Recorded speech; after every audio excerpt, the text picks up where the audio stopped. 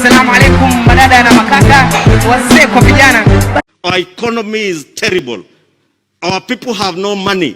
They are confronted by a health pandemic. If we cannot subsidize this unga for them today, and we are able to do it during campaigns, then we must zero rate unga for the ordinary people. Otherwise, our people are crying. In the state of Minnesota, a few months ago, George Floyd, when he had that heavy knee of a policeman on his neck strangulating him, he was crying out saying, "I can't breathe." Had the three other officers who were standing next to the policeman who was strangulating George Floyd even tapped the policeman and told him the gentleman can't breathe, America will not be confronted with what they are confronted with today. We're in that situation in this country today. Our people are crying out to us. They are telling us, "Unga, we have no food. We have no housing. Allow us to save without taxing us to be able to get housing." Our people are telling us, "We can't breathe." Are we listening? Are we listening to the people of Kenya saying we can't breathe?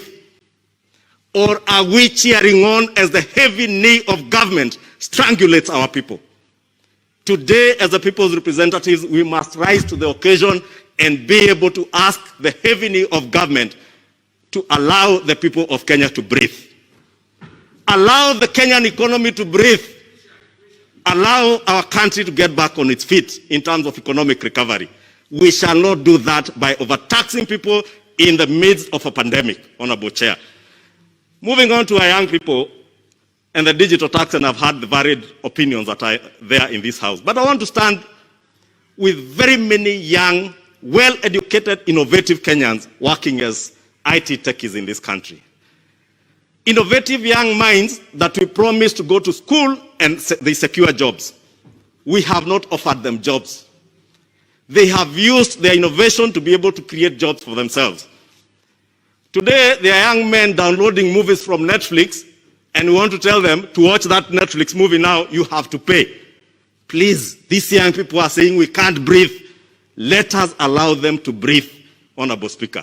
I want to beg, Honorable Speaker, because of time, when we get to the third reading, I will want Honorable Speaker to bring amendments to make sure first that we re-emphasize our role as a constitutional democracy where people are represented and there's no taxation without representation in this country. That we must, even whether it is on matters VAT, whether it was on matters excise duty, for you to be able to tax, you cannot use delegated legislation. You must bring those taxation measures to this house and allow the people's representatives to represent their people on matters to do with taxation and their lives. The people elect us to come and represent them here.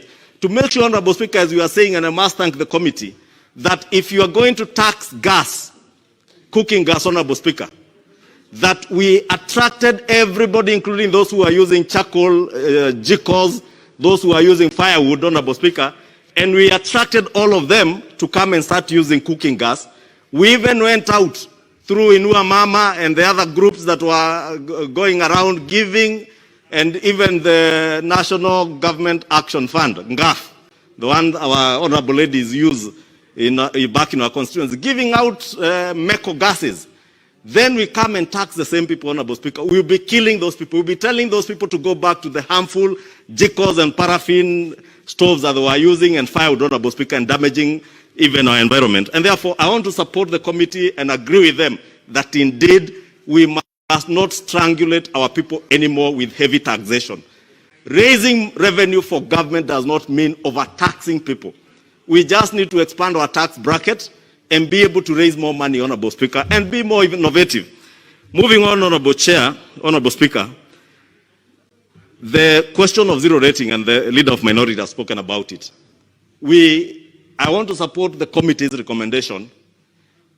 If we were able to zero rate VAT on bread and milk, things that we can do without, Honorable Speaker, we should be able to also zero rate unga. If you are not zero rating unga, and unga is what is easily available to people, and that is what people, everybody, the politics of unga in this country, Honorable Speaker, Honorable TJ will tell you, in the last elections, our own party Jubilee, we did the politics of unga just like NASA did the politics of unga.